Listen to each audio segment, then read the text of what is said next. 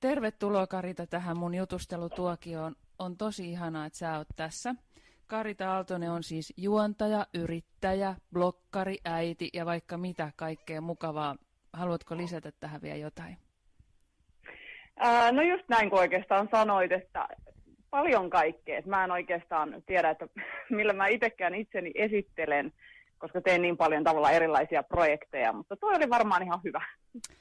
Hyvän tekijä. Niin just. Mä olin Tampere-talolla pari kuukautta sitten ja kuuntelin sun tarinaa ja se kosketti mua tosi syvästi. Musta olisi tosi kiva, että sä kertoisit tässä alussa tämän sun tarinan, joka sitten vaikutti aika paljon sun sen jälkeiseen elämääsi. Tuossa niin noin 4 vuotta sitten mä rupesin saamaan tosi erikoisia oireita. Mun jalka lähti alta ja mä en saanut mukista kiinni ja tosi sellaisia niin kuin outoja juttuja, mitä mä en pystynyt niin kuin selittämään itteeni tai itselleni millään. Ja oliko niitä muuten pitkään sellainen pikkuhiljaa vai heräsitkö sä niihin heti? No siis en herännyt todellakaan. Et siis se ensimmäinen tuli, mä olin keikalla Kodin ykkösessä ja mulla meni just oikea jalka tippu alta. Ja sitten mä vaan ajattelin, jotenkin vaan selitin itselleni, että mä olin liikaa kävellyt korkkareilla tai jotain muuta ja niin kuin väsynyt ja näin. Ja kampesin itteni ylös ja jatkoin taas niin kuin elämää ihan normaalisti. Ja sitten kun niitä tuli kuitenkin vähän niin kuin harvoin, että siinä oli aina niin kuin muutama viikko väliä, kun tuli taas niin kuin yksi juttu. Niin jotenkin mä aina sitten vaan sen, että ei tää ole mitään. Että oli mulla välillä semmoinen piilokamerafiilis, että niin tää ei ole normaalia. Että kun mä olin ottamassa vaikka jostain lasista kiinni, niin mun käsi menikin ohi. Niin olihan se silleen tosi outoa. Kyllä, mutta siis jotenkin mä sitten, mieli jotenkin vaan blokkaa, että ei tässä nyt mitään ja eteenpäin, sanoi mummolumessa. No, mutta sitten mulla tuli siis puuhaa riitti koko ajan kuitenkin perhe ja kaikkea kovasti touhuun. Niin, nimenomaan. Ja sitten mä tunsin itteni tosi terveeksi. Niin. Mä tunsin, että mä oon terve, niin ei jotenkin vaan ei. Ja sitten mä muutenkin ylipäänsä, että mä en ole ikinä kipeä. Mä en ole yhtään sellainen. Mä en vaan tuu kipeäksi, niin en mä tiedä, miten mä sen ajattelin. Mutta sitten tavallaan kyllä niitä niinku vaan niitä oli koko ajan. Et niitä just oli aina 2 viikon välein tuli jotain. Ja sitten mä loppupeleissä, että tuli sellainen isompi juttu, että mulla tuli niinku motorilla sellainen täydellinen blackout. Että olin ajamassa varmaan joku 130 lasissa ja sitten yhtäkkiä sellainen, että mä en osaa ajaa autoa. Että mä en tiennyt, että mikä on kaasu ja mikä on jarru ja mä painoin molempia yhtä aikaa ja se auto piti ihan hirveätä meteliä ja se oli niinku tosi semmoinen pelottava tilanne. Ja mä muistan, mä menin sitten kotiin ja sanoin mun miehelle, että nyt ei varmaan ole ihan kaikki hyvin. Ja sitten se oli itse kanssa, että ei, että pakko mennä niinku lääkäriin ja mä en oikein tiedä, mihin lääkäriin mä menen. Niin. No onneksi tavallaan menin sitten niinku neurologille, mutta sitten tämä neurologi sanoi vaan, että ei, että tommonen niinku hyvännäköinen nuori nainen, että migreeni, se on migreeni. Just. Ja mä tiesin itse, että siinä vaiheessa jo, että se ei ole migreeniä ja sanoinkin sille, että mä en kyllä usko, että tämä on migreeniä. Ja se oli vaan, että joo, että migreeni on tosi monisyinen, että siinä on monenlaisia oireita ja antoi mulle migreeninestolääkkeet tai reseptin, mitä en tietenkään ikinä hakenut apteekista, kun tiesin, että en rupea niitä syömään, koska tiesin, että mulla ei ole migreeni. Ja sitten mä taas ajattelin, että no katsellaan nyt vielä vähän eteenpäin, että jos tämä nyt menisi tässä niinku ohi, ja eihän se mennyt tietenkään. Ja sitten niitä oireita jatkuu vielä sen 3 kuukautta suurin piirtein siitä. Ja sitten mä menin uudestaan neurologille. Ja sitten se, että tavallaan mä olin eri neurologilla, niin se otti mut taas hyvin vakavasti näiden oireiden perusteella. Ja se oli heti niin kuin, että tämä ei todellakaan ole migreeniä. Että haluatko tietää listan, mitä tämä voi olla. Tässä näkee siis sen, että se on todellakin hyvä näkökulma tämä, että kannattaa joskus pyytää se toinen mielipide, Kyllä. Että ei luottaa. Ja ehkä joskus ihminen haluaa luottaa, kuulla sen helpon ratkaisun, vaikka olisi joku sisäinen tieto, että ei tämä ehkä ole, mutta sitten jää siihen, eikä hae sitä toista. Just näin, että jotenkin mulla oli vaan se tosi niinku intuitio siitä, että tämä ei vaan nyt, tämä ei tunnu oikealta, vaikka en mä tiennyt oikeata vastausta itsekään. Niin. Pitää vaan luottaa jotenkin siihen oman intuitioon. Ja jaksaa vaan sitten hakea toista mielipidettä. Mutta sitten menin just sinne seuraavalle neurologille ja se oli niinku heti, että suoraan päänkuviin, että kävelet tuonne yläkertaan niinku suoraan magneettiin, että pääset saman tien sisään. Ja sitten jotenkin mä näin kyllä siinä magneettikuvien jälkeen, kun tuli ne hoitajat siihen, niin mä näin niiden ilmeestä. Tämä on nyt tosi jotain vakavaa. Ja sitten ne sanoikin heti, että no, että sun täytyy nyt mennä tuonne lääkärin vastaanotolle takaisin. Niin kyllähän mä sitten siinä vaiheessa tiesin. Että mä ajattelin itse MS-tautia ja kasvainta kyllä jo itse siinä vaiheessa. Ja, että jotain vakavaa joka tapauksessa. Oliko sulla joku tukihenkilö siellä mukana? Ei, että mä olin yksin. Sä hurautit niinku ruokakauppaan tai johonkin. Ihan, just. Ja mä olin silloin aamulla perumassa sitä aikaa. Mä ajattelin, että onko tämä nyt vähän turhaa, että mä tavallaan tunnen itseni ihan terveesti, mennään johonkin neurologille. Niin. Ja mä meinasin perua sen ajan. Just. Mutta sitten joku varmaan korkeampi voima mua sitten vei sinne, että mä menin kuitenkin. Niin. Onneksi menin. Niin se oli sitten oikeastaan se käännekohta. Et sieltä sitten se oli heti niin kuin, että sulla on päässä iso kasvain. Ja sehän oli tosi vaikea sille lääkärillekin sanoa se asia. Että se näki heti, että se on niin kuin tosi vakava. Että se ei ole mikään pikku kasvain, joka on siellä helposti hoidettavissa. Että se näki itse heti sen. Joo. Nyt on ollaan vakavan äärellä. Olitteko te muuten kauan siinä tilanteessa? Oliko hänellä aikaa sulle? No oli joo, oli. Että se tavallaan niin odotti vähän, että siinä menee tavallaan tämmöisen ihme shokkitilanne, no että ei niin oikein ymmärrä. En osaa kuvitella. Ja se tavallaan odotti kyllä sitä, että me vaan oltiin tosi paljon hiljaakin siinä, että mä en osannut niin mitään sanoa. Niin. Mä olin, että aha, että mä olin äsken terve ja nyt mä oon täysin sairas. Että oli vähän vaikea se tilanne molemmille tietenkin. Jonkun lapun se antoi mulle kouraan ja sitten mä lähdin sieltä ajaan ja soitin mun miehelle ja tietenkin itkin siellä puhelimesta, että voi Herran Jumala sentään, että mitä me nyt tehdään. Ja se tuli mulle ensin puoliväliin sitten vastaan. Ja sitten mä soitin niin kuin muutamalle kaverille siitä heti, mutta niin kuin jotenkin mun heti rupesi, mä muistan jo siinä matkalla niin kuin se mun, että mä rupesin heti niin kuin hakemaan ratkaisuja. Just. Niin kuin mä aina tavallaan teen elämässä, että mä en vaan jotenkin vello-ongelmissa, että mä en ymmärrä, miten mä siinäkin tilassa, että mä rupesin heti, että miten me tämä järjestetään ja mikä on se järjestys, missä me aletaan tekemään. Ja mä muistan, että mun eka järjestys oli se, että mun pitää perua kaikki mun juontokeikat, mikä oli mulle ihan hirveätä, koska en ole ikinä perunut mitään työkeikkaa.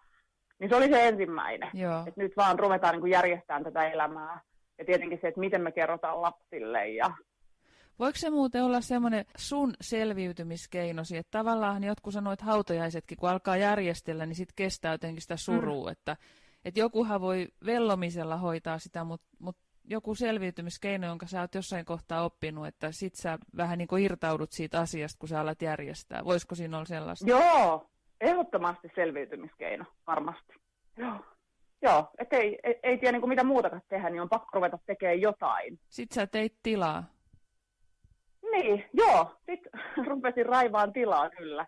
Että rupesi kalenteri tyhjeneen kummasti, että jouduin sitten tyhjentämään koko kevään kaikki. Ja se oli siis ystävänpäivä, se diagnoosipäivä, että mulla aina ystävänpäivä on tietynlainen merkkipäivä. Ja sitten hyvin nopeasti, että siinä samalla matkalla, kun mä ajoin sieltä neurologilta kotiin, niin mulle soitti Taustista kirurgi, joku johtava kirurgi, jonka nimeä nyt en muista enää, ja se sanoi mulle parhaan neuvon, mitä olen siis noudattanut tähän asti. Se sanoi mulle, että hän antaa sulle yhden neuvon, älä mene nettiin. Ja silloin en tajunnut sen neuvon tavallaan niin suurta merkitystä, mikä se oikeasti oli, että luojan kiitos, mä kuuntelin sitä. Että mä en ole edelleen mennyt nettiin laittaa ikinä Googlen hakukenttään mun tavallaan sairauden nimeä tai sen kasvaimen nimeä, että ei. Et jotenkin mä ajattelin, että mä en mene, että sieltä tulee vaan pelkkää pahaa ja huonoa ja ennusteita. Että mä en ole kiinnostunut niistä.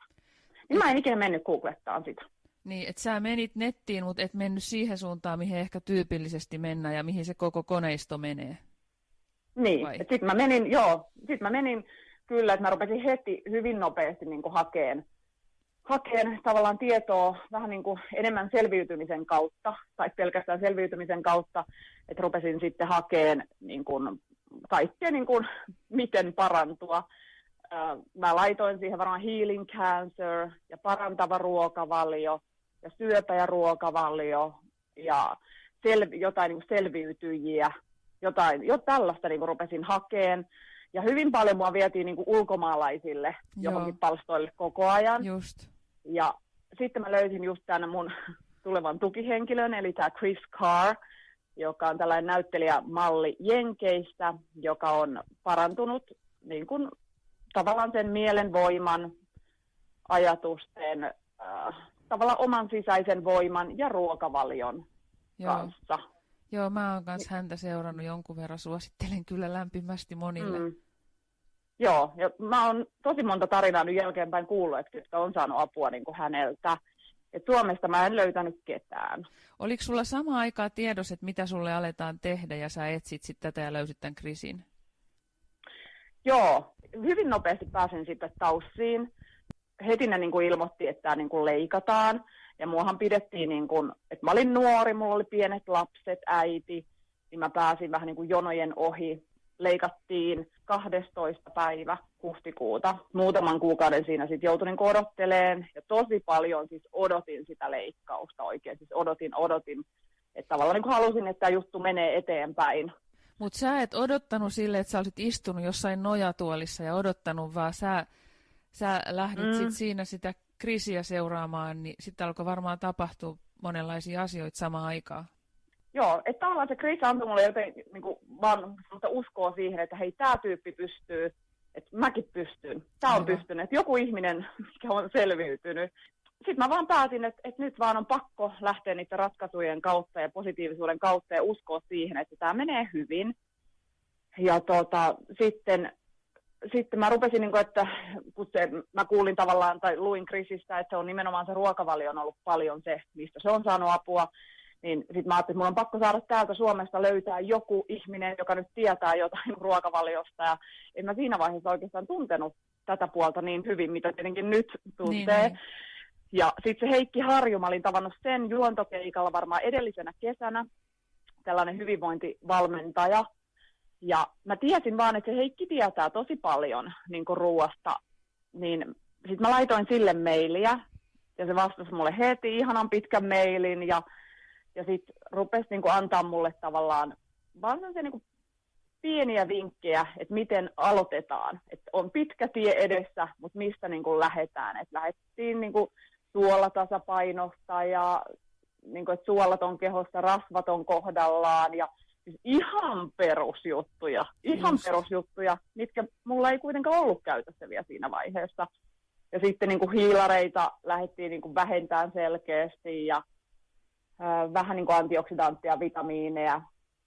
Et ruvettiin vähän niin kuin valmistautumaan, että mun keho olisi mahdollisimman vahva, kun mä menin sinne leikkaukseen. Ja tietenkin motivaatio siinä vaiheessa oli äärimmäisen korkea. Kyllä, kyllä. Siinä tapahtui kaikkea tällaista ja sitten sä menit siihen leikkaukseen ja miten se sitten sujuu? Se meni tosi hyvin. En tiedä auttaako siihen se, että mä oon joogannut koko aikuiselämäni. Että mä hyvin rauhallisin mielin jotenkin menin siihen leikkaukseen ja mulla oli kuitenkin vankka usko siihen, että nämä aivokirurgit, näiden on pakko tietää, mitä nämä tekee. Ja mä vaan luotin siihen. Nämä tietää ja tämä menee hyvin. Eikö sua pelottanut ollenkaan? Siis ei hirveästi. En mä tiedä, mulla tuli vaan se jotenkin tosi vankka usko siihen, että joo. Mullahan ei ollut mahdollisuutta mitään muuta. Että tämä on niin kuin hyvä juttu, että nyt tämä leikataan, että tämä on hyvä. Kyllä. Ja jotenkin mä ajattelin muutenkin niin, että asiat tavallaan, mihin sä et voi vaikuttaa, niin sun täytyy vaan sitten antaa olla ja luottaa siihen. Että en mä tiedä, mulla oli vaan joku semmoinen, että tämä menee hyvin. Mutta monet ei meistä uskalla mennä edes toisen kuljettajan kyytiin, kun me haluttaisiin itse ajaa. Niin, sä annat pääsi tosta vaan noin lunkisti niin muiden kronkittavaksi. Niin. Ja sitten en mä halunnut liikaa tietää tavallaan siitä leikkauksesta. Niin. Mä tiesin sen, että kauan se kestää, että se on noin 6 tuntia ja todellakin on hyvin iso ja vakava leikkaus, kun tuonne aivoihin mennään. Mutta sulle kerrottiin siitä sit jotain jälkikäteen, että millaisen... Joo, siitä tuli sitten tarkat, että mitä on tehty ja millä instrumenteilla siellä on menty. Mutta silloin ei niitä papereita hirveästi osannut lukea. Nyt on tullut ihan taito lukea näitä ammattikielen sanastoa myöskin. Mutta mä kuuntelin appaa, kun mä menin sinne leikkaushuoneeseen. Mulla oli kuulokkeet korvista ja en mä tiedä, luottavaisesti. Kaikki menee hyvin. Ja sit sä pääsit siitä tosi nopeasti eteenpäin. Joo, että mähän sitten heräsin sieltä teho-osastolta oikeastaan juuri siihen kellonaikaan, kun mulle sanottiin, että mä herään. Että kyllä ne niin kuin hyvin tietää, miten se homma toimii. Ja mulla oli hirveä nälkä, mulla oli ihan hirveä nälkä. Mä rupesin ruikkaan, että please antakaa mulle, että mulla on niin hirveä jano, mulla on pakko saada ruokaa. Ja nehän ei olisi saanut sen leikkauksen jälkeen antaa, mutta mä olin varmaan niin nälkäisenkin näköinen, että ne antoi mulle siitä vistyä ruokaa, vaikka ei olisi saanut antaa. Säälistä. Mulla oli säälistä, kyllä. Ja mulla oli aivan ihana se tehohoitaja, joka istui mun vieressä koko ajan ja katsoi sitä mun monitoria ja se ei niin kuin lähtenyt siitä mihinkään. Ja sit kun mä rupesin siinä niin kuin heräilemään, niin mulla oli siis aika hyvä olo. Et selkeästi se, että mä olin valmistautunut siihen leikkaukseen, niin oli auttanut. Ja mä muistan, että just sen ekan leikkauksen jälkeen, niin se tehohoitaja, niin se haki oikein penkin siihen mun viereen, että mistä maailmasta sä oot tänne tullut. Että toi ei ole normaalia, miten sä voit olla noin hyvässä kunnossa niin kuin aivoleikkauksen jälkeen. Mistä sä niin kuin tuut? Mä muistan sen ilmeen niin kuin edelleen. Se oli jotain niin kuin koomista. Ja sitten mä annoin sitten tulla, niin kuin, mistä mä tuun ja mitä mä oon tehnyt. Ja rupesin puhumaan vähän näistä kaikista superfoodeista ja kaiken maailman en edes muista mitä. Sitten se oli vaan ihan käsittämätöntä, että sä oot tosta kunnossa. Toivottavasti ne kirjaa niitä johonkin ylös ja sitten pohtivat itsekin, että miten he voisivat auttaa ihmisiä valmistautumaan näihin operaatioihin. Olen nähnyt kaikenlaisia ohjeita, kun mullekin on lähetetty. Niin se on kyllä osassa kehittämisen paikkaa. Vaikka mä en ole ikinä ollut missään vakavassa leikkauksessa tosin. Joo, varmasti kehittämisen paikka olisi tässä kohtaa kyllä. Kyllä. Mutta sä viittasit jo siihen, että kun sä olit ensimmäisen kerran.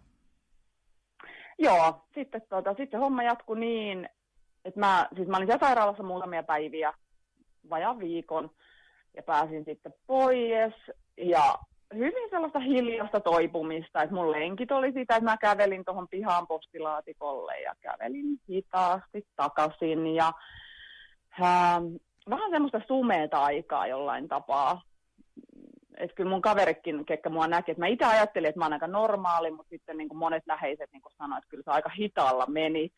Just. Niin kuin, ja tietenkin muisti huono, niin jotenkin, että en mä enää muistanut hirveästi mitään. Mutta en mä sitä niin kuin itse edes tajunnut, paitsi siitä jälkeenpäin. Mutta siis hyvin rauhallista toipumista oli, ja sitten mulla alkoi heti sädehoidot. Et mä kävin sitten sen kesäkuun sädehoidossa joka päivä. Ja mä muistan, että mä menin ekalle keikallekin jo niin kun, sitten kesäkuun alussa. Ja mulla oli tämmöinen peruukki, minkä mä olin sitten hoitanut Helsingistä itselleni. Niin, siinähän lähti tukkakin sitten. Joo, että sitten siinä tavallaan se, kun ne joutui leikkaamaan, niin ne joutui tavallaan ottaa ton toisen puolen ihan kokonaan kaljuksi. Niin, totta kai. Ja sitten mä en halunnut semmoista tavallista peruukkia, niin sitten mä rupesin vaan hakemaan ihan pakko olla jotain tämmöisiä puolikkaita lisäkkeitä, ja mä löysin sitten Helsingistä sellaisia. Se oli myös tosi hyvä, että sen kanssa mä pystyin sitten meneen keikalle ja muutenkin sitten käymään tuolla ulkona ihmisten ilmoilla.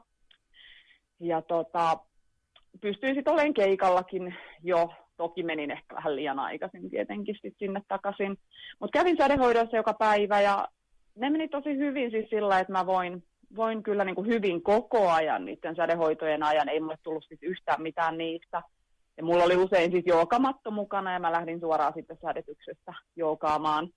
Et tosi hyvin siis voin, ettei ollut mitään. Just. Ja sitten mä jotenkin ajattelin, että no tää nyt vähän on niin kuin sitten taputeltu tää keissi ja niin kuin, että nyt mennään eteenpäin, niin ei sitten mentykään eteenpäin. Että sitten niin kuin, heti sädetysten jälkeen mä sain 2 tosi isoa epilepsiakohtausta. Ensimmäisen niin kuin täällä kotona, mikä oli, se on mun edelleen semmoinen hirvein päivä, hirvein muisto.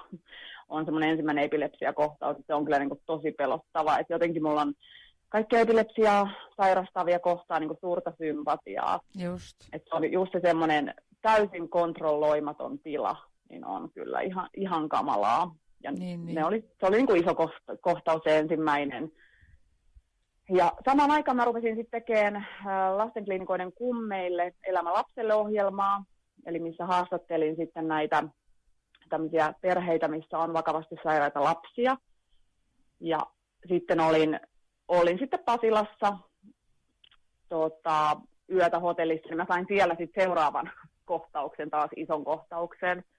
Ja löysin itseni sitten aivan sekaisin jossain Meilahden sairaalassa. Ja täynnä jotain lääkkeitä. Mä olin siis niin kyllä pihalla siellä kuin vaan voi olla. Mutta sitten molempien näiden, tässä oli varmaan pari viikkoa väliä näiden epilepsiakohtausten välissä, niin molempien jälkeen mä aina sanoin siellä sairaalassa, että kuvatkaa mun pää. Mulla oli taas se intuitio, että nyt ei ole kaikki hyvin. Ja sitten kyllä se oli vähän semmoinen hieman mulle naurettiin molemmissa paikoissa, että ei tämä nyt näin mene. Tämä on just leikattu tämä sun kasvain. Oliko siitä niinku aikaa näin. Kuukausi, pari, 4, 5? No siis mä olin huhtikuussa oli leikkaus ja tämä oli sitten niinku heinäkuuta. Just. Eli 2 kuukautta. Joo. 2-3 kuukautta oli välissä. Ne oli heti niinku, että ei missään nimessä voi kasvain näin nopeasti. Joo. Taas olisi pitänyt tavallaan kuunnella sitä intuitioa. Sitten mä ainakin uskoin, että no ei kai sitten, ja varmaan johtuu sädehoidoista, niin kuin ne sanoi, että varmaan johtuu niin kuin sädehoidoista ja pään turvotuksesta, mikä siellä edelleen oli. Mutta sitten mulla taas rupesi menee silleen, että mulla meni tämä oikea puoli, että se kasvain on niin kuin painanut mun niin kuin liikunta- ja tukielimiä oikealta puolelta. Eli tavallaan mä tunnen sen oikealla puolella. Just. Ja mulla rupesi menemään se käsi tosi huonoon kuntoon ja jalka huonoon kuntoon, että mä en pysty oikein kunnolla kävelemään enää. Ja sitten mä huomasin, että mä en pysty enää kirjoittamaan koneella. Et se oli sitten se, että nyt ei todellakaan ole kaikki hyvin. Ja sitten mä soitin taustiin, niin mähän sain sitten heti magneettiajan. Että kyllä nekin sitten varmaan sen ymmärsi, että nyt ei ole hyvä juttu. Ja pääsin sitten magneettiin ja tiesin, että se ei oikeastaan... Mä tiesin sen, että se on kasvanut uudestaan sinne ja se oli samassa kohtaa yhtä iso 5 senttiä. Olipas ärhäkkä. Oli todella ärhäkkä. Ja olihan se oli tosi niin kuin iso sokki. Et mä aina sanon, että se toinen, kuitenkin se uusiminen oli vielä isompi sokki kuin se ensimmäinen. Et jotenkin sitä kuitenkin kuvitteli, että tämä nyt hoidetaan ja päästään eteenpäin. Niin en tiedä, mutta toinen oli niin kuin vielä isompi asia, että ei tämä mennytkään näin. Ja sitten tietenkin tuli ajatuksia siitä, että jos tämä tähän tahtiin uusii, niin paljonkohan tässä nyt on sitten niin kuin aikaa jäljellä. Mutta hyvin sitten taas nopeasti, enemmän pakko taas kääntää se aivot sinne ratkaisujen puolelle, että ei voi jäädä mällään. Niin. Ei ole niin kuin mahdollisuutta siihen. Kyllä. Ja sitten tavallaan samalla lailla, että se meni ihan samalla lailla taas, että nyt mä tiesin mihin mä menin, mä tiesin miten se leikkaus tavallaan menee ja se meni ihan samalla lailla ja pääsin nopeasti pois.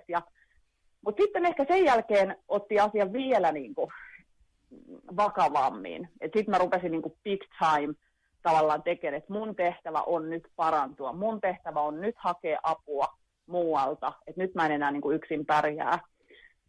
Ja sitten mä tavallaan alkoi se, mitä mä aina sanoin, että aika yksinäinen tie. Koska mulla ei ollut tukihenkilöä, mitä mä olin pyytänyt taustista. Niin se mun ihana hoitaja vaan sanoi, että ei meillä Karita ole sulle ketään, varsinkaan sellaista, kuka ajattelisi vähänkään positiivisesti, että ei ole ketään. Ja mä olisin niin toivonut, mä olisin niin tarvinnut jonkun ihmisen, suomalaisen ihmisen, kenen mä olisin voinut vaan nähdä ja jutella. Niin ei ollut.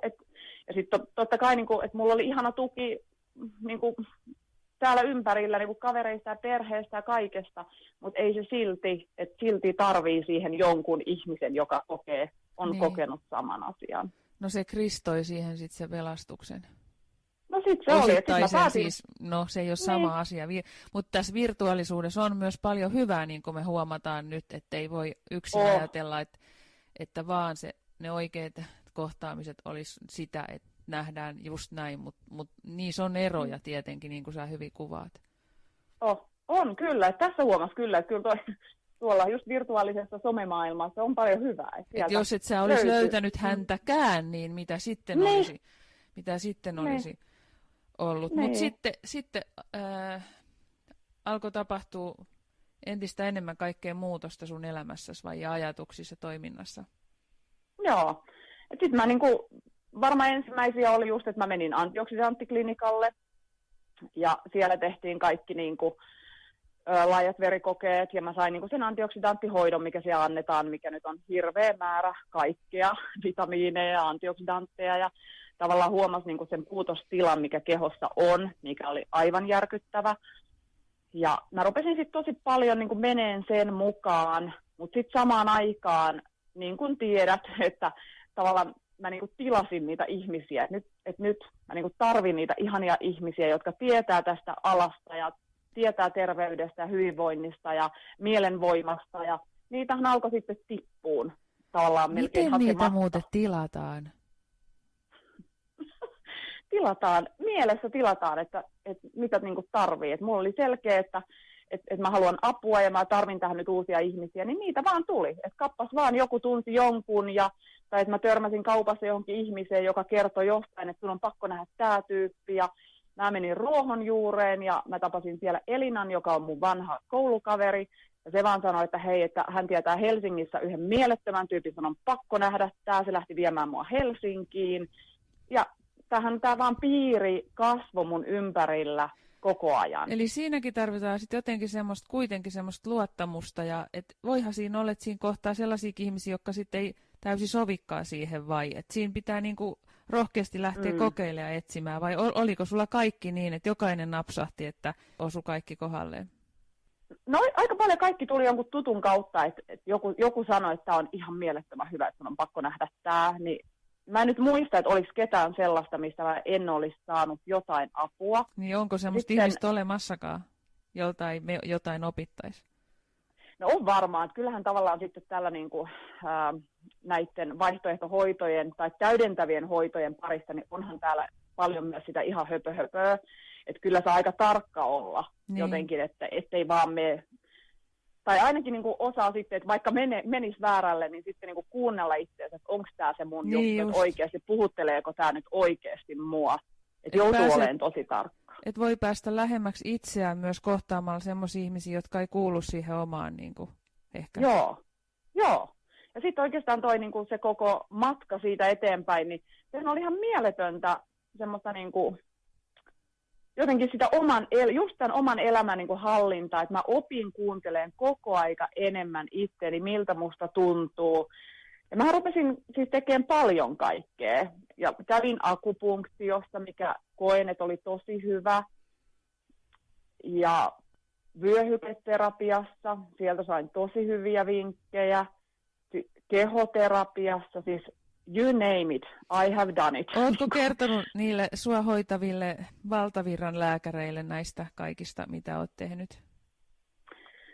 No silloin kun mä menin esimerkiksi antioksidanttiklinikalle, niin mulla oli samaan aikaan alkoi sytostaattihoidot. Ja mulle sanottiin, mulla oli sitten vuoden kesti ne sytostaattihoidot. Ja mulle sanottiin, että lopeta kaikki, että älä ota niin kuin mitään tähän lisäksi. Niin kyllähän tavallaan se viesti oli silloin niin kuin sairaalasta, että niin kuin ei. Niin silloin alussa mä en uskaltanut kertoa, että mä en uskaltanut sanoa, että mä oon nyt antioksidanttihoidolla, menen tästä niin kuin vähän ohessa. Koska mun intuitio taas kertoi niin kuin tosi vahvasti, että kun ne sytostaatit kuitenkin, ne on niin raskaita lääkkeitä, että ne kuitenkin tosi paljon sitä puolustusjärjestelmää, sitä meidän kehoa rasittaa, vaikka omalta osaltaan hoitaa, mutta silloin mä koen, että mä tarvin silloin sitä vahvuutta, ja mun intuitio sanoi, että mun pitää pitää mun keho mahdollisimman hyvinvoivana ja vahvana, että mun keho pystyy ottaa ne sytostaatit vastaan ja hyödyntää niitä, ettei ne sytostaatit ole se, mikä tappaa mut loppupeleissä. Mulle tulee mieleen, että kun sanoit, että sä et viittin tai halunnut kertoa heille sitä, niin se on toisaalta just sääli, että tällainen asia tapahtuu, että sitten me mennään niin kuin sisäänpäin, niin sehän ei ole sen paranemisen avain tavallaan, että kun meidän tarvii pelata jotain peliä, että se olisi aika hienoa, jos me voitaisiin avoimesti keskustella, mutta intuitio myös ohjaa joskus meitä menemään sisäänpäin, ja se on oikea ratkaisu, jos siellä valtavirrassa esimerkiksi on tämä ajattelu, mutta eikö se ideaalitilanne olisi, että sä saisit mennä siihen ihan auki ja kertoa sille oma itseäsi hoitavan lääkärille just sen, mitä sä oot ja mitä sä edustat ja mitä sä oot tehnyt. Kyllä. Mä niin toivoisin, että se olisi juuri näin ja sen pitäisi olla juuri näin. Ja mä joudun tosi paljon selittämään sitä, että kun aina laitetaan niin se vastakkainajattelu, että jos käyttää jotain täydentäviä hoitoja, että se olisi jotenkin vastaan lääketiedettä, Niin ei, että mä joudun tosi paljon edelleen niin selittämään sitä, että mä oon lääketieteen puolella. Mä oon ehdottomasti lääketieteen puolella, mutta se ei pelkästään riitä. Että tarvitaan myös sitä muuta tukea. Me tarvitaan muun muassa jo semmoista henkistä tukea, kosketusta, henkistä tukea, ihmisiä, jotka auttaa meitä, tsemppaa meitä, mikä oikeasti on tuolla taas sairaalamaailmassa aika vähäistä. Että kyllä meille kerrotaan, niin kuin, mitä kirurgit ja nämä kertoo meille, niin se menee kyllä sen tavallaan pahimman kaavan kautta, suurimpien riskien kautta. Että sieltä ei sitä tavallaan sitä tsemppiä kyllä sillä lailla saa, että se pitää hakea muualta. Ja mun mielestä just myöskin toi tsemppaus pitäisi saada sairaalaan. Heidän ei mun mielestä tarvitse sanoa, että sä tulet ihan varmasti paraneen tästä, mutta he voi vaikka sanoa, että hei, me tehdään kaikkemme, että sä selviät. Niin. Sekin olisi jo iso askel parempaa. Niin. Ja just se, että sähän et edusta semmoista taistelulinjaa, että sähän näet myös tämän sairauden, joka sulle tuli, niin sä oot sen jotenkin roolittanut sille, että sähän näet sen ystävänä. Kerro siitä. No se tuli jotenkin mulle, mä en tiedä miksi se varmaan tulee vaan ihan mitä mä oon ja mitä mä ajattelen jo alkuperäisesti, että mä en niin kuin koe, että mulla on ylipäätänsä mitään vihollisia, mä en taistele ketään vastaan, vaan että mä koin, että tämä kasvain on tullut opettaa mulle asioita ja se oli mulle heti alusta, että mikä on tämän tarkoitus ja mä en ikinä ajatellut niin, että miksi tämä tulee mulle. Niin kuin tavallaan sen vihan kautta, että miksi mulle, vaan enemmänkin sen, että totta kai mä ajattelin, että miksi se tulee mulle, mutta enemmän sen rakkauden kautta, että mitä tämä on tullut mulle opettaa, että mielenkiintoista, että nyt alkaa niin kuin se uusi elämä. Ja mähän pidänkin, että se kakkosleikkaus, eli syyskuussa, niin 3 vuotta sitten, että silloin alkoi mun uusi elämä. Sitä ennen oli vanha elämä ja nyt tuli uusi elämä. Ja tämä pieni pikkumies, 5-senttinen, on tullut auttaa mua tänne. Ja me yhdessä, hyvässä yhteisymmärryksessä, eletään tämän tyypin kanssa ja tavallaan hoidetaan sitä. Et hoidetaan yhdessä sitä, että mua. Mulla on sellainen käsitys, että osa ihmisistä ajattelee, että noin ei voi ajatella. Me taistellaan syöpää vastaan, me taistellaan sitä ja tätä vastaan. Mitä sä haluaisit sanoa siihen? Että totta kai jokainen saa ajatella niin kuin ajattelee, mutta... Mä jotenkin ajattelen sen, että jos me taistellaan ylipäänsä yhtään mitään vastaan, niin se vie meiltä tosi paljon energiaa. Kyllä. Et kun me taas ollaan niin kuin yhteisymmärryksessä ihan minkä asian kanssa, niin ylipäänsä mitä meidän elämään tulee, niin kaikkihan on tavallaan, kaikkien niiden asioiden pitää tulla meidän elämään. Ja kaikesta me opitaan jotain.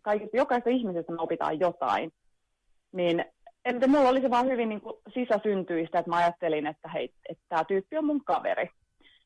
Mutta mä en tiedä, että voiko siitä tavallaan tietoisesti, että jos ajattelee niin, että mä inhoon mä haluan ton pois ja mä just taistelen sitä vastaan, niin voiko muuttaa ajatustaan ajatuksella? Tavallaan voiko ruveta ajattelemaan, että ei, mä oonkin sun kaveri, että en mä tiedä. Mutta onko tässä pelko, että mä pelkään, kun mulle iskee se sairaus, mä pelkään kuolemaa, mä pelkään monia asioita. Mulle tulee tästä kaverista mieleen myös nämä ulkomaalaiset, joita me kohdataan täällä ja niin edelleen, niin siinäkin on se pelko, että se pelko estää meitä olemaan kavereita. Mutta heti kun me tutustutaan jotenkin hassusta kulmasta johonkin ihmiseen, että me vaan jostakin syystä kohdataan se ja ei olekaan sitä pelkoa siinä päällä, niin ei me edes muisteta, että tämä edusti muuten eri kansallisuutta tai jotain tällaista. Juuri näin, ja just jotenkin se myötätunto ja just se ajattelu, että mikä mua ohjaa. Ohjaako mua pelko vai ohjaako mua rakkaus? Niin mä en vaan anna sen pelon hallita. Et totta kai mulle tulee itsellekin välillä, että kun taas seuraava kontrolli, magneettikuvaus lähenee, niin kyllähän mulla niinku pieniä pelkoja on siellä sisällä, että toivottavasti on kaikki hyvin, että toivottavasti ei nyt ole mitään. Ja nyt on ollut kaikki kuvat periaatteessa niinku tyhjiä niinku sen mun uuden elämän aikana. Ja sitten tavallaan tuntuu aina kiitollisuutta siitä, kun tulee tyhjät, että jes, tämä on tyhjä. Se pelko ja rakkaus, niin ne on sulle valintakysymyksiä, niinkö? Joo, no varmaan se on niinku valinta, mutta kyllä se on niinku hyvin jotenkin sisällä. Mä oon vaan aina ollut tosi jotenkin positiivinen ja hyvin optimistinen ja hyvin sellainen oikeudenmukainen niin kyllä se oli vaan niin kuin ihan selkeä, että en mä voi niin kuin vihata mitään, että ei se vie mua yhtään mihinkään. Voisiko se olla myös niin, että sulla on joku erilainen suhtautuminen tässä kohtaa sitten kuin joillakin ehkä, niin siihen pelkoon, että jos sä näetkin sen luonnollisena, niin silloin sun ei tarvitse sitä ihmetellä, vaan se niin kuin heti lähtee sitten, no tää kuuluu asiaan, niin mä katson nyt sitä toista puolta. Voisiko tässä olla jotain tällaista? Ehdottomasti, koska jokaisella ihmisellä on jotain pelkoja. Että tavallaan se pelko, meillä on jokaisella niitä. Mä opetan niin kuin yin-yang-joogaa, ja se yinihän on tavallaan vähän sitä niin kuin pimeätä puolta. Et meillähän on ne molemmat energiat. Et joutuu vaan miettimään, että kumpi on se, tavallaan mikä on se, mikä mua hallitsee. Hallitseeko mua se pelko, vai hallitseeko mua se rakkaus? Ja ihan sama kuin mainitsit just nämä maahanmuuttajat, turvapaikanhakijat, niin mullahan on ihan mieletön myötätunto ylipäänsä niin kuin kaikkea kohtaan. Ja mähän on, niin kuin, haluan auttaa kaikkia ja hyvin aktiivisesti on mukana nyt näiden turvapaikanhakijoidenkin kanssa. Että just se, että ei tästäkään, mä en todellakaan anna minkä pelon hallita. Että se on nimenomaan se rakkaus, ihmisoikeudet, että mä haluan tehdä hyvää. Ja myös eläinten oikeudet ovat sinulle sydäntä lähellä. Mikä? Eläinten oikeudet. Joo! Eli nekin on sulle. Mutta ehkä tässä on sitten ollut se opetus, yksi opetus on ihan selkeästi ollut nyt, mitä sä oot tässä kertonut, niin näköjään se myötätunto sit sitä itseä kohtaan on lisääntynyt. Joo, ehdottomasti. Ja kyllähän tämä mun kasvukohta on ollut hyvin paljon se, että kun mä oon ollut aina tavallaan sellainen auttaja-ihminen, ja mulla on aina hirveä tarve auttaa kaikkia, ja on varmasti niin kuin erityisherkkä, tällainen extrovertti, erityisherkkä ihminen, niin mulla on ihan mieletön myötätunto ihan kaikkea kohtaan. Niin enemmänkin se, että mun pitää, ja nyt on oppinutkin tavallaan sitä myötätuntoa itteeni kohtaan, ja kuuntelen itteeni, ja hoitaan tavallaan itseeni ja omaa hyvinvointia. Miten se näkyy konkreettisesti erona aiempaa esimerkiksi?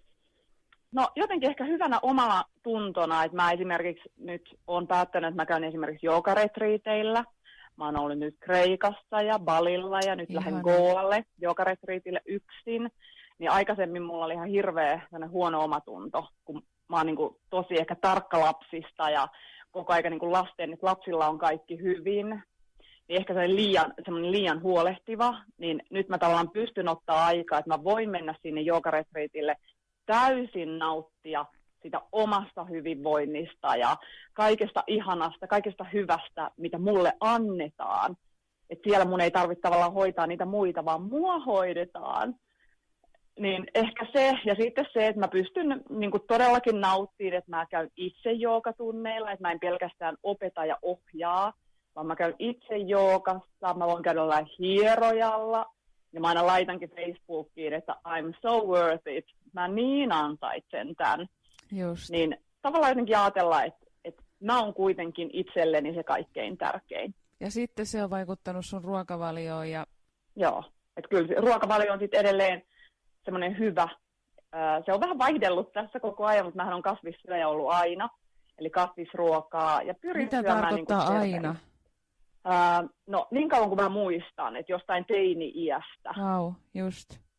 eteenpäin. Ja sekin on nimenomaan siis eettisten syiden takia, vain ja ainoastaan. Kyllä mä varmaan tykkäisin lihan mausta, mutta eettisistä syistä mulla ei pysty syömään lihaa. Miten tämä on muuten vaikuttanut sit kaikki, kun puhutaan tästä, että myötätunto liittyy myös tästä omasta itsestä huolta pitämiseen, niin sitten jokuhan voi ajatella, että no onpas itsekästä, niin miten sä näet, että se, että sä oot alkanut pitää enemmän itsestäsi huolta, niin miten se vaikuttaa siihen yhteyteen, joka sulla on läheisiin, muihin ihmisiin, luontoon, eläimiin ja niin edelleen? Näkyykö se siellä? Antaako se niille, kun sä oot saanut? Joo, siis kyllä mä uskon, että nimenomaan se, että tavallaan jos mä ajattelen, että jotain ärsyttää se, että mä jotenkin itsekkäästi toimin, kun mä ajattelen itteeni, niin sit ihan sama, että kyllä sit saa ärsyttää. Että kyllä mä sen voin ihan hyvin sanoa, että ei vitsi, mä menen nyt johonkin ihanaan hoitoon ja vitsi mä nautin siitä. Että en mä nyt ajattele, jos jotain ärsyttää, niin ihan fine. Mutta enemmänkin tavallaan sit mun läheiset ja mun ystävät tietää, kuinka paljon mä tavallaan teen hyvää ja kuinka paljon mä haluan auttaa kaikkia. Niin ne varmaan ajattelee sen hyvin ihanana asiana, että mä hoidan myös itteeni. Aivan. Ja sitten tavallaan, että mä voin hyvin, niin mä voin auttaa niitä muita. Et se on ihan ehdoton edellytys, että mun pitää itse voida hyvin. Niin. Eli tämä täytyy sisäistää ja sen jälkeen on ehkä helpompi auttaa itseään. Kyllä, kyllä. Sitä esimerkkiä on käytetty paljon, että sun pitää laittaa ensiksi se happinaamari siihen omaan päähän ja sitten sen jälkeen se toisen päähän, niin se on aika hyvä esimerkki. Se on todella hyvä esimerkki. Ja mun vanhassa elämässäni mä olisin laittanut koko lentokoneen kaikille ihmisille ne happinaamarit eka ja sitten pyörtynyt itse siihen. Niin näin mä toimin aikaisemmin. Ehkä sä olisit ehtinyt laittaa yhdellekään niistä, mutta sä kuvitelmissa sä olisit yrittänyt. Se olisi ollut se sun tapasi ratkaista sitä asiaa. Kyllä, Joo. Juuri näin. Ja nyt sä oot pystynyt auttamaan montaa lentokonelastillista ihmisiä kertomalla tätä tarinaa. Kyllä. Mitä sä muuten haluaisit sanoa ihmisille, jotka joko nyt on tuollaisessa sairauden edessä tai pelkojen, ettei ole sen kummempaa mitään sairausta, mutta että se pelko jollain tavalla hallitsee, niin tuleeko sinulla tähän vielä jotain sellaista mieleen, jota sä haluaisit sanoa? Plus ehkä niiden ihmisten läheisille. No joo, siis tosi paljon mä oon kuullut semmoisia, että joku läheisen ystävä ottaa muhun yhteyttä, niin kuin viimeksi eilen. Ja jotenkin niin kuin mä haluan itse sanoa niin kuin sitä, että tavallaan vaan puhutaan näistä asioista avoimesti. Et sen takia mäkin haluan puhua tavallaan tästä kasvaimesta ja syöpästä ja kaikesta niin kuin tosi avoimesti, ettei tämä ole mikään iso mörkö, mistä ei sitten puhuta kellekään, vaan että heti tavallaan kun tulee jotain tällaista, niin avoimesti, koska ihmiset kuitenkin sydämestään sun ympärillä haluaa sua auttaa. Et hyvin nopeasti mun mielestä lähtee tekemään sitä verkostoa, niin kuin mä aina puhun siitä omasta firmasta mun paranemisen ympärillä, eli verkostoituu just niihin asioihin, mitkä kiinnostaa. Ja nehän ei välttämättä tarvitse olla just niitä samoja, mutta sä tarvit joka tapauksessa niin kuin ihmisiä, jotka uskoo sun paranemiseen. Et ei jäädä sinne mökin sisään masentuun, koska sehän pahentaa sitä sairautta. Niin kuin. Tosi vaan rohkeasti sanoo sen. Että mulla on ainakin paljon helpompi hengittää, kun mä tiedän, että jokainen tietää niin kuin, tämän mun asian. Eikä siitä tullut mitään, niin kuin, mitään huonoa tietenkään. Pelkästään niin kuin pelkästään hyvää. Ja sitten pystyy tavallaan omalla tarinallaan auttaa muita ja mielellään teenkin, että autankin paljon sit syöpäihmisiä. Mutta entäs jos siellä on semmoisia, ne ajattelee, että no mutta Karita nyt on tollainen juontaja ammatiltaan ja kova puhumaan ja niin edelleen, niin mitä ne introvertit sitten tekee? Ne sellaiset ihmiset, jotka ei ole tottunut puhumaan. No ei ehkä kaikkien tarvitse laittaa mitään blogia pystyyn. Kyllä mäkin mietin sitä tosi pitkään, niin kun, että rupeeko mä nyt koko maailmalle tästä niin puhuun. Et mietin kanssa niin pitkään sitä tavallaan lasten kautta senkin. Ei varmaan tarvitse niin isosti puhua siitä, mutta enemmänkin se, että hakee vaan niitä auttajia, ketkä lähtee auttamaan, ketkä oikeasti uskoo. Ne voi olla ihan mitä vaan hoitajia, terapeutteja. Niin, ihan tavallaan ketä vaan, kuka nyt puhuttelee just sua. Saada se hyvä yhteys myös sinne sairaalaan. Niin. Mä oon tosi kiitollinen taustiin ja siihen hoitoon, mitä mä oon saanut. Ja mä oon aivan ihana syöpälääkäri. Ja nyt mä pystyn puhumaan jo aika avoimesti näistä jutuista. Ja kyllä niin kuin mua siellä kuunnellaan ja tavallaan varmaan arvostetaankin, että mä oon tässä kunnossa. Ja ei vastaan sitä, vaan hyvät suhteet niin kuin tavallaan joka paikkaan. Niin. Sä oot sanonut aiemmin, että sä sanoit siellä Taussissa, että sä et halua sitten, että puhutaan näistä negatiivisista asioista, niin ilmeisesti sitten kun haetaan tätä henkilöä, ei välttämättä kelpaa kuka tahansa terapeutti tai pappi tai kaupan kassa, vaan että valitsee sen sitten tämän sun ajatuksesi mukaan, niin se valitaan se sellainen positiivinen tsemppari. Että sitten jatketaan hakemista, jos ei heti löytynyt sitä ihmistä. Todellakin. Huomio siihen oman intuitioon, koska kaikki ei puhuttele. Et huomaa sen, tuleeko siitä ihmisestä hyvä olo vai tuleeko siitä entistä raskaampi olo. Et kyllä mäkin monta kertaa tavallaan, että mulle tultiin kertoon jotain, haluttiin auttaa, mutta tavallaan sanottiin vääriä asioita, mitä mä en halunnut kuulla. Eli hyvin paljon mä oon kuullut tavallaan just siitä, että no mun kumminkaiman setä kuoli 3 kuukaudesta tohon samaa. Niin ei se ole se, mikä vie mua eteenpäin. Et en mä halua kuulla näitä asioita. Et mä haluan kuulla niitä, että ei vitsi, että hei, mä oon kuullut, että jollain tyypillä on ollut tämmöinen joku samantyyppinen ja vitsi se porskuttaa tuo ihan täysillä eteenpäin. Että totta kai sä haluat kuulla positiivista, etkä negatiivista. Ei se negatiivisuus vie sua mihinkään eteenpäin. Niinpä. No entäs sä oot maininnut kiitollisuussanan. Onko se niin, että sairaudet vahvistaa ja niissä on kiitollisuuden aiheita sun mielestä? On. Et kyllä tää on tosi paljon niin kuin muuttanut mun elämää. Et niin kuin mä oon aikaisemminkin sanonut, että ei mun arvot muuttunut, koska ne oli ennestäänkin tosi hyvät ja mä olin ihan sellainen auttaja ennenkin jo. Mutta jotenkin ehkä se niin kuin teot ja jollain tavalla niin kuin ajatukset ja mihin sitä aikaa haluaa laittaa, että mitkä on oikeasti niitä mun tärkeitä asioita, niin selkeästi pystyy tekemään parempia päätöksiä. Eikä niin kuin, että kaikki se tavallaan, että mä juoksisin jossain oravan pyörässä, niin ei tule tapahtuu mun elämässä enää. Et enemmänkin se, että tekee just niitä asioita, mikä on se oma intohimo. Ja mulla se nyt on paljon niin kuin se auttamistyö. Vähän kaikkien näiden turvapaikanhakijoiden ja vaikka näiden katukoirien ja milloin minkäkin asioiden niin kuin parissa. Mutta se on mulle niin kuin tosi tärkeää ja mä haluan, että mä teen merkityksellistä työtä. Oikeastaan mun kysymys oli siinä mielessä hassu, mä tajusin se tässä sanoessani, että jos kerran se sairaus oli ystävä, sulle tuli uusi ystävä, niin sehän on automaattisesti kiitollisuuden aihe. Nimenomaan. Mutta sitten sit kävi niin, että kun ei kaikkia ystäviä tarvita koko elämäksi, niin se opetti sen ja se lähti, sen oli aika jatkaa matkaa. Niin, no jotenkin mä ajattelen kuitenkin, että kyllä se tässä mun mukana vielä sillä lailla menee, että kyllähän kun on tavallaan pahalaatuinen kasvain, niin sehän ei kokonaan lähde tavallaan pois, vaan siellä on semmoisia niin kuin syöpäsoluja. Niin mä ajattelen, että se vähän niin kuin tuossa vielä hengailee mun mukana varmaan koko mun elämän ajan. Että kyllä se siellä muistuttaa tavallaan olemassaolostaan. Just. Mutta sitten jotenkin niin mä ajattelen, että ne on vähän niin kuin ne rippeet. Kyllähän se niin kuin aina tavallaan mun sisällä niin kuin on. Mutta niin kuin kaikilla on niitä syöpäsoluja. Ja miten me ajatellaan? Että ajatellaan enemmänkin just ne niin kuin frendeinä. Niin. Vau. Mutta kyllä se tyyppi on jo lähtenyt. Se on lähtenyt nyt, se kokonainen tyyppi, se 5-senttinen, niin se on lähtenyt nyt ihan muille maille. Niin. Viettää hyvää elämää. Voi että. Tää on ollut tosi ihana juttu tuokio kerta kaikkiaan. Ja sullahan on se blogi, siellä on videoita, tosi hyviä videoita ja sitten juttuja, eli www.uskallaparantua.fi, niin siellähän voi seurailla sun elämää ja sun ajatuksia. Ja sitten Tampereella voi jopa osallistua sun joogatunneilla, eikö vaan, tai siellä Pirkanmaalla? Joo, kyllä. Ja kyllä mä pyrin sitten niin kuin luennoimaan, että tuo luentojuttu on tullut nyt vähän niin kuin uutena, vähän itsestään. Et pyrin tavallaan sitten senkin myötä niin kuin auttaa ihmisiä. Onko tiedossa jotain luentoja tulossa? Joo, no ainakin tulee niin Franssilaan koskien juurikin niin kuin syövästä paranemista, niin se taisi olla niin kuin, olikohan se nyt helmikuun alussa, niin Frantsilassa. Näistä kaikista löytyy sitten tietoa tuolta sun blogista. Kyllä. Joo, hei, aivan loistavaa. Tosi ihanaa oli jutella sun kanssa. Kiitos ihan hirveästi ja todella paljon kaikkea hyvää. Ja mä toivon sulle niitä tosi hyviä ystäviä, joita on tullut tähänkin asti, niin lisää. Ihanaa. Kiitos.